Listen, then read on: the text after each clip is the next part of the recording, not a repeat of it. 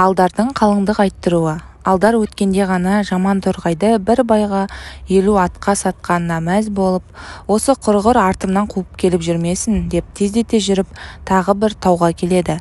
Таудың баурайында тағы бір ауыл көреді. Ауылға қарап тұрса, қойлар жатыр жусанда, түйе жатыр сортаңда, жылқы жатыр беткейде, ешкі тастан кетпейді. Алдекең осынау мыңғырған малды көріп, енді нендей несіп болар екен деп ойланып тұрғанда, жылқы шетінде жүрген жылқышыны көреді. Ауылға бару үшін алдымен осыдан елдің жай жапсарын сұрап білу керек екен болар деп жылқышыға келеді. Жылқышыға келіп амандасып, оны-мұны айтып, қалжыңдасып тұрып, бұл кімнің малы, мынау кімнің ауылы, үлкені кім, ханы кім, жақсысы кім, жаманы кім, байы кім, жарлысы кім деп сұрай-сұрай жаңа жердің барлық сырын біліп алады. Ау жарқыным, тәптіштеп бәрін біліп алдың, өзің кім боласың деген жылқышының сұрауына, Мағлұмбай деген атақты байдың мырзасы едім.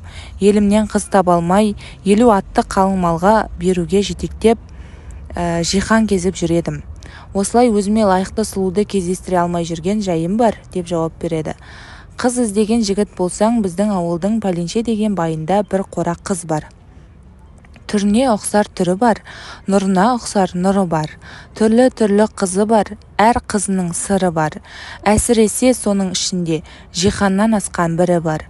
Жаудыраған көзі бар, таң қалғандай сөзі бар. Сағымданып құбылып, көз қарасы сүзіліп, қарағанда тұрарсың, есің ауып бұзылып. Сен жихан кезіп, осыған дейін кездескен қыздарды жаратпай келсең де, әсілі осы қызға тоқтарсың.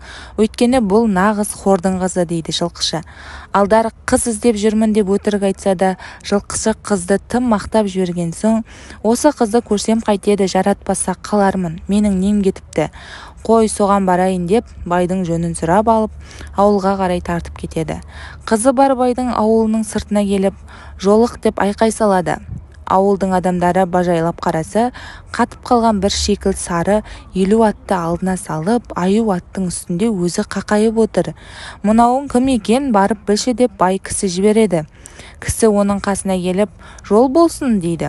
Әлей болсын, мен қонақпын, осында қонбақпын, жер жүзін шарлап, көздеп жүрген бір шаруам бар еді. Қалған құтқан сөзімді, қыз іздеген сырымды, атамыз қазақ мұрасы, қонғаннан соң сұрашы деп қарсы алушыны артық сөзге келтірместен жолаушы атынан түсе қалады. Байдың жіберген кісісі жүгіріп кері қайтады.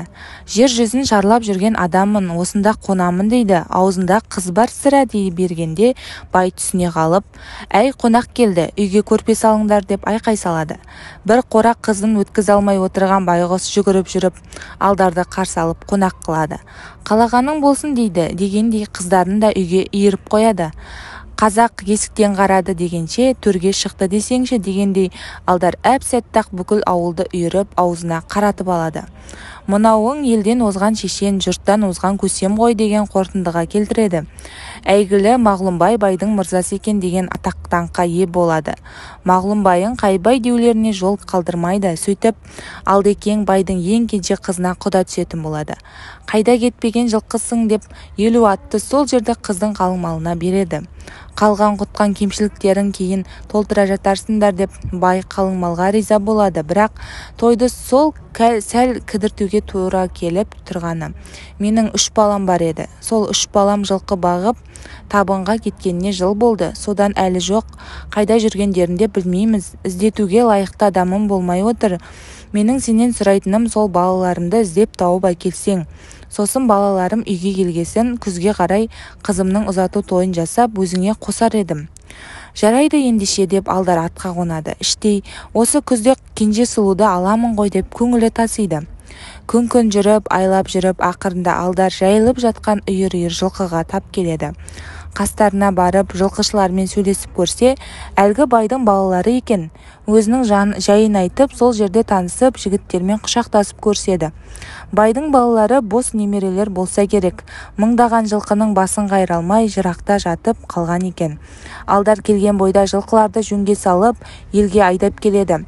Жылқылары мен балаларының аман сау келгеніне бай қуанып, ат шаптырып той жасайды.